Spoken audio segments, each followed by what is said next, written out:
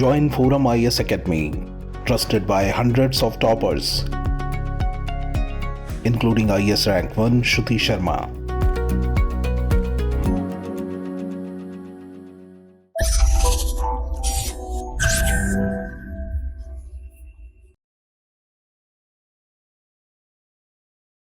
Hello friends, this is Gautam coming up with the next round of Bus 5 Minute. In this video, we will discuss about India's journey to become nuclear power and साथ ही साथ ये भी समझेंगे why Pokhran 2 was a significant milestone in it. So first of all, let's see why it is news.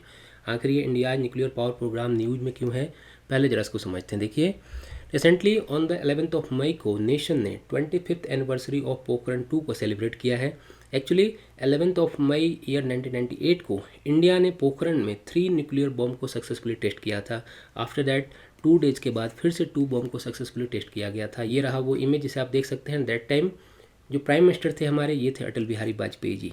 सो इस video में हम India journey to become nuclear power को डिस्कस करेंगे एंड साथ ही साथ ये भी डिस्कस करेंगे why Pokhran 2 was a significant milestone in it. इन सारी बातों को समझेंगे कि पोखरण 2 को इतना इंपॉर्टेंस क्यों दिया जाता है, उसको भी समझेंगे. So first of all, nuclear power journey को जरा एक बार ब्रीफ में हम डिस्कस करते हैं, समझते हैं कहाँ से ये जर्नी स्टार्ट होती है. ये जो पोखरण 2 हुआ था, ये एक लॉन्ग जर्नी की रिजल्ट थी. एक्चुअली इंडिया में न्यूक्लियर पावर की जर्नी 1940s टू 1950s के ड्यूरेशन में स्टार्ट हो गई थी.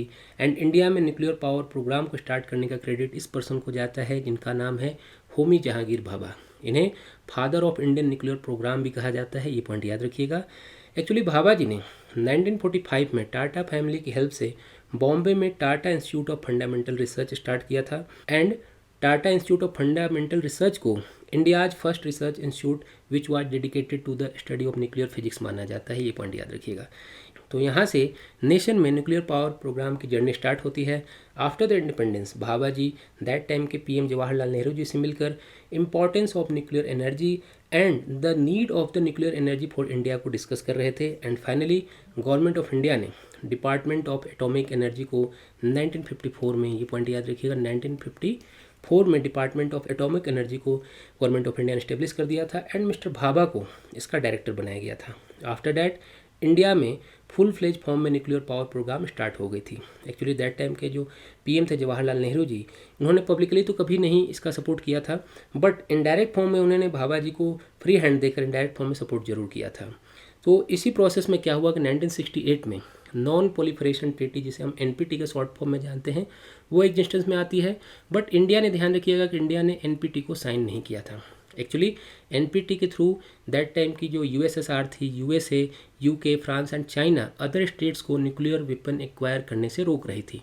बट इंडिया ने एनपीटी को साइन नहीं किया था, ये हमारे लिए इंपॉर्टेंट है. देखिए 1970 तक आते आते क्या हुआ कि इंडिया न्यूक्लियर टेस्ट करने के लिए कैपेबल हो गया था, बट पॉलिटिकल विल पावर की कमी के कारण ऐसा नहीं हो पा रहा था. बट फाइनली ईयर 1974 को जब इंदिरा गांधी जी की लीडरशिप में इंडिया ने अपना पहला न्यूक्लियर टेस्ट किया था, एंड ये टेस्ट किया गया था पोखरण में, एंड इस ऑपरेशन को नेम दिया गया था smiling Buddha. After that India पर यूएसए, कनाडा, जो उस टाइम के डेवलप नेशन थे, अभी भी हैं, उन्होंने बहुत सारे सैंक्शन इम्पोज किए. आफ्टर दैट क्या हुआ कि पॉलिटिकल विल पावर की कमी के कारण न्यूक्लियर पावर प्रोग्राम ज़्यादा आगे नहीं बढ़ पाया. एंड 1980s में न्यूक्लियर वेपन की नीड फिर से फील की गई, बिकॉज हमारा जो नेबरिंग नेशन है पाकिस्तान, वहाँ पर इस पर काम करना स्टार्ट हो गया था. मीन्स ऐसा कहा जा रहा था कि पाकिस्तान जल्द ही न्यूक्लियर वेपन बना सकता है. आफ्टर दैट 1983 में डीआरडीओ की फंडिंग बढ़ाकर हमारे कलाम साहब को मिसाइल प्रोग्राम का हेड बनाया गया.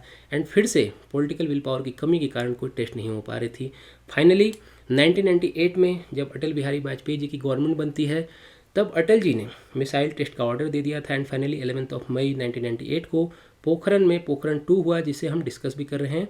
इस टेस्ट ने वर्ल्ड को ये मैसेज जरूर दे दिया कि इंडिया अब न्यूक्लियर पावर स्टेट बन चुका है. तो अब जरा हम समझते हैं कि पोखरण 2 को इतना इंपॉर्टेंस क्यों दिया जाता है. ये तो हमने समझ लिया कि पोखरण 2 तक की जर्नी हमने समझ ली, तो पोखरण 2 को इतना ज़्यादा इंपॉर्टेंस क्यों दिया जाता है, जरा इसको समझते हैं. देखिए, एक्चुअली जब पोखरण 1 हुआ था, जब दैट टाइम की गवर्नमेंट ने इसे क्या कहा था, पीसफुल न्यूक्लियर एक्सप्लोजन बताया था.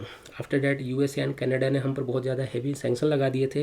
एंड आफ्टर दैट नेशन का जो न्यूक्लियर पावर प्रोग्राम था, कहीं ना कहीं ये जो सैंक्शन लगाए थे, उनके आगे वो पूरी तरह से सरेंडर कर चुका था। बट जब पोखरण 2 हुआ तो गवर्नमेंट ने ऑफिशियली कहा कि इंडिया अब न्यूक्लियर वेपन स्टेट बन चुका है। मीन्स अटल बिहारी वाजपेयी जी ने स्पेशल प्रेस कॉन्फ्रेंस करके कहा था वर्ल्ड को कि अब इंडिया भी न्यूक्लियर वेपन स्टेट बन चुका है। आफ्टर डैट ऐसा नहीं है कि सैंक्शन नहीं लगाए गए, फिर से सैंक्शन लगाए गए यूएसए की तरफ से, कनाडा की तरफ से बहुत ज़्यादा इकोनॉमिकल सैंक्शन लगाए गए। बट दैट टाइम की गवर्नमेंट ने उन सैंक्शन के आगे अपने को आपको सरेंडर नहीं किया एंड अपना जो न्यूक्लियर पावर प्रोग्राम था उसे अटल बिहारी वाजपेयी गवर्नमेंट ने कंटिन्यू रखा। सो दैट्स बाय पोखरण 2 को माइलस्टोन माना जाता है, यहाँ से बहुत ही इंपॉर्टेंट रोल माना जाता है। तो होप आपको ये सारी बातें समझ में आई होंगी। Thanks for watching.